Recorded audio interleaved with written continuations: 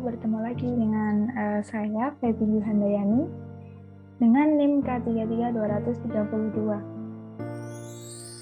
Baik, pada video kali ini kita akan membahas materi mengenai kristal.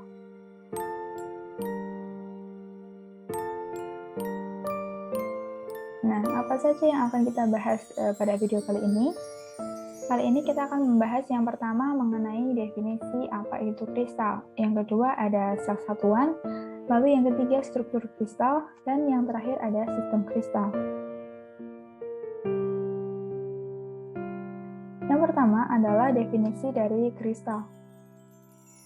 Kristal merupakan benda padat yang terbentuk dari komposisi atom-atom, ion-ion atau molekul-molekul dengan susunan berulang dan jarak yang teratur dalam 3 dimensi. Keteraturan susunan tersebut terjadi karena kondisi geometris yang harus memenuhi adanya ikatan atom yang terarah dan susunan yang rapat. Seperti yang dapat dilihat pada gambar, atom-atom dapat dilihat pada bulatan-bulatan yang berwarna merah dan hijau. Bulatan berwarna merah ini adalah sebagai anionnya dan bulatan berwarna hijau adalah sebagai kationnya. Atom-atom ini disusun secara berulang yang dapat dilihat merah, hijau, dan seterusnya dalam jarak yang teratur, yaitu sama panjang dan pada pola 3 dimensi. Dapat dilihat bahwa strukturnya memenuhi sumbu X, sumbu Y, dan sumbu Z. Nah, ditinjau dari struktur atom penyusunnya, benda padat dapat dibedakan menjadi 3, yaitu kristal tunggal atau monokristal, polikristal, dan amorf, menurut Salman tahun 2000.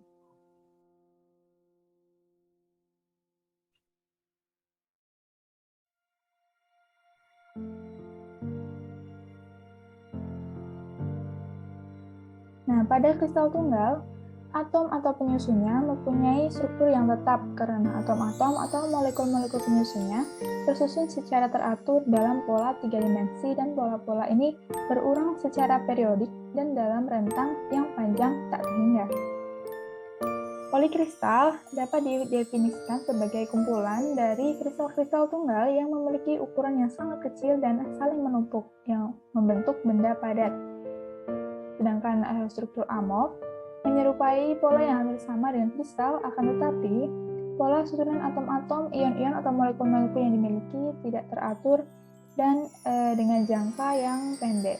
Dapat dilihat pada gambar 1. Gambar yang kiri merupakan susunan atom kristal, di mana molekul-molekulnya tersusun secara teratur dan jangka jaraknya yang teratur begitu. Sedangkan gambar yang kanan atau gambar B merupakan susunan atom amorf yang molekul-molekulnya tidak tersusun secara beraturan dan jaraknya tidak konsisten begitu. Ada yang berjarak panjang dan ada yang berjarak pendek.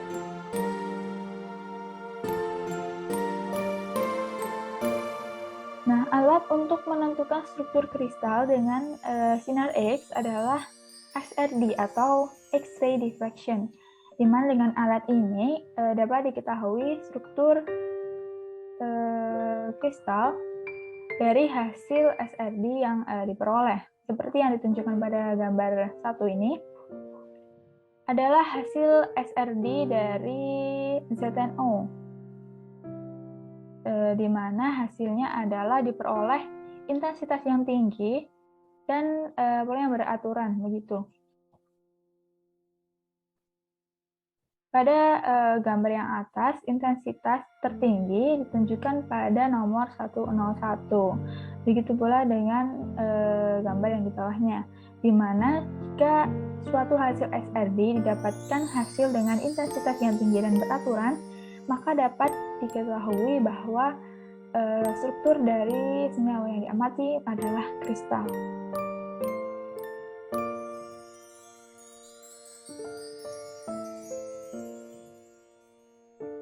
Yang selanjutnya adalah struktur kristal. Pada sebagian besar logam, struktur kristal yang dapat dijumpai adalah kubus pusat sisi.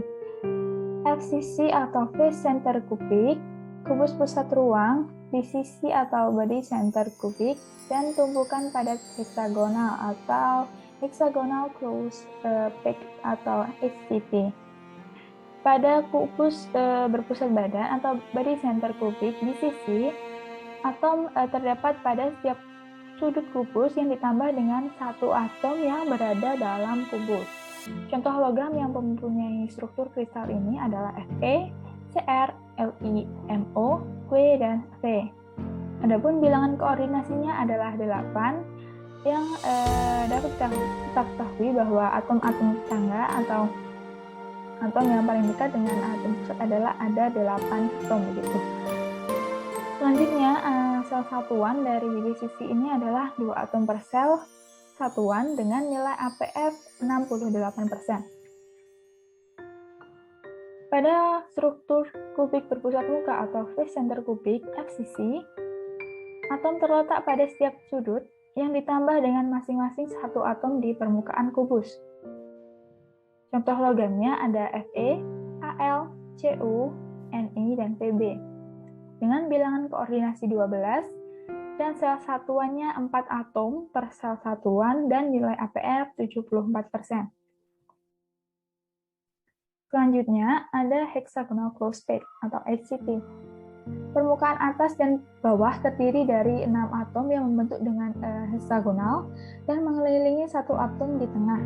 Contoh logamnya berupa Cd, Mg, Ti, dan Zn. Bilangan koordinasinya 12 dengan sel satuan 6 atom per sel satuan dan nilai APF-nya 74%. Beberapa logam dan juga non-logam bisa saja mempunyai lebih dari satu struktur kristal. Fenomena ini disebut sebagai polimorfisme. Sedangkan jika kondisi ini dijumpai pada bahan yang padat elemental, maka disebut sebagai alotropi.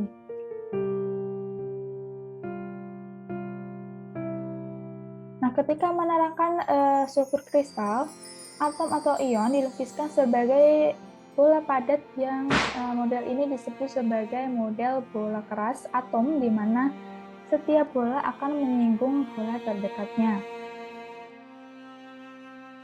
Struktur kristal ini dibangun oleh sel satuan atau unit sel yang merupakan sekumpulan atom yang tersusun secara periodik berulang di dalam kisi ruang. Susunan atom pada kristal padat memperlihatkan bahwa sekelompok kecil atom membentuk pola yang berulang.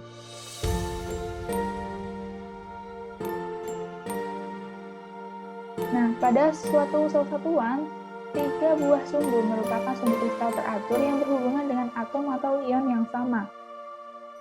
Dimensi suatu sel satuan ini ditentukan oleh perpotongan konstanta sumbu A, B, dan C seperti yang dapat dilihat pada gambar 2. Berdasarkan perbandingan parameter kisi nilai A, B, dan C, serta hubungan antara sudut satu dengan sudut yang lainnya, yaitu sudut alfa, beta, dan gamma, dapat diperoleh 7 sistem kristal dan 14 kisi Bravais. Nah, seperti yang dapat dilihat pada gambar dan tabel berikut ini.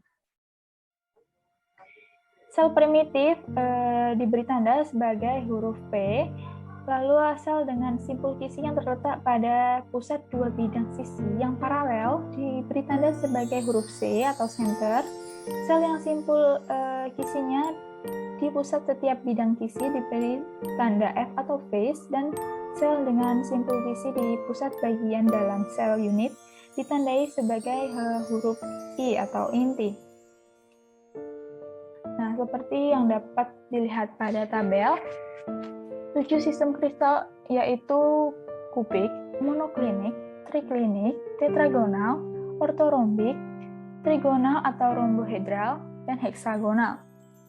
Masing-masing sistem kristal ini dapat diturunkan menjadi kisi Bravais-nya. Pada sistem kubik, terdapat kisi Bravais ada simpel kubik atau kubik P, pusat badan kubik I, dan pusat muka atau kubik F. Nah, seperti yang dapat dilihat pada gambar, ini kubik P, kubik F, dan kubik I.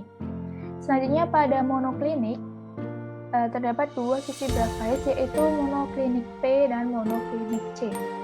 Nah, seperti gambar ini, monoklinik P dan monoklinik C, di mana monoklinik P ini sisi A tidak sama dengan sisi B dan tidak sama dengan sisi C, dengan sudut alfa sama dengan sudut beta 90 derajat dan tidak sama dengan sudut gamma pada monoklinik C. Selanjutnya ada triklinik. Triklinik ini hanya mempunyai satu sisi grafais, yaitu P. Ya, seperti gambar ini, di mana sisi A tidak sama dengan sisi B dan tidak sama dengan sisi C, dengan sudut A alfa sama dengan sudut beta 90 derajat dan tidak sama dengan sudut gamma.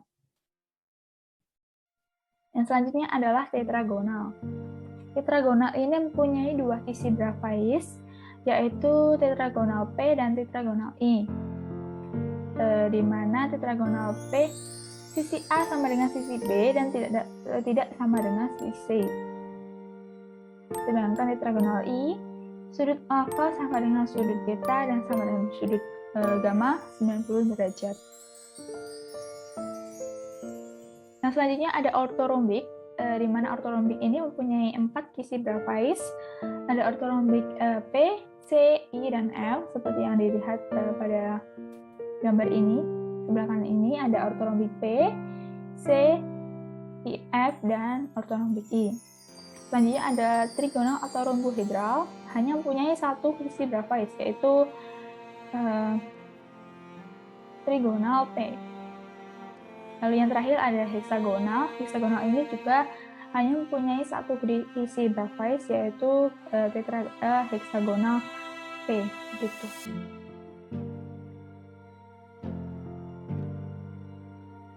Nah, sekian untuk materi kristal pada video kali ini. Terima kasih sudah menonton video sampai akhir.